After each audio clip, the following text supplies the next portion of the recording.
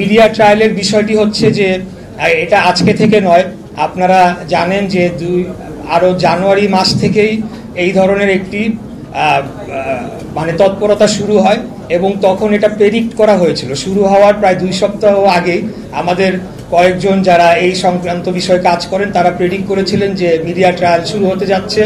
পরবর্তীতে আমরা দেখলাম যে সেটিই হয়েছে।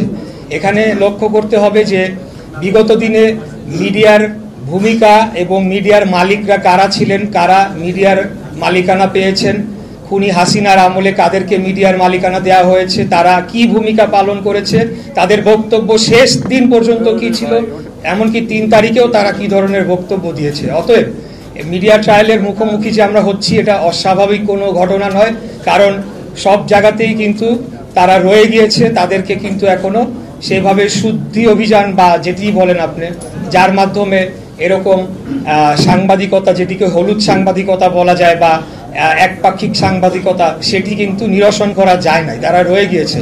বিশেষ করে যারা অনলাইন প্ল্যাটফর্ম, ডিজিটাল প্ল্যাটফর্মে কাজ করেন, মানে যে আমাদের মেইন স্ট্রিম যে মিডিয়া গণমাধ্যম সেগুলার যে অনলাইন প্ল্যাটফর্ম, সেখানে কিন্তু এখনো আমরা জানতে পাই যে বিগত দিনে যারা ছিলেন তারাই রয়ে গিয়েছেন।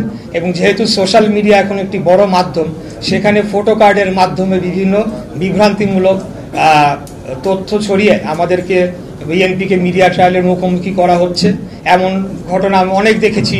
বিএনপি নেতা ছাগল চুরি করলেন, বিএনপি নেতা দোকান লুট করলেন, কিন্তু লিঙ্কে ক্লিক করে গিয়ে আর পাওয়া যাচ্ছে না যে সেই বিএনপি নেতাটিকে কোন গ্রামের কোন ইউনিয়নের কোনো এক ব্যক্তি, তাকে বানিয়ে দেওয়া হয়েছে বিএনপি নেতা, কিন্তু জিনিসটা সার্কুলেট হচ্ছে।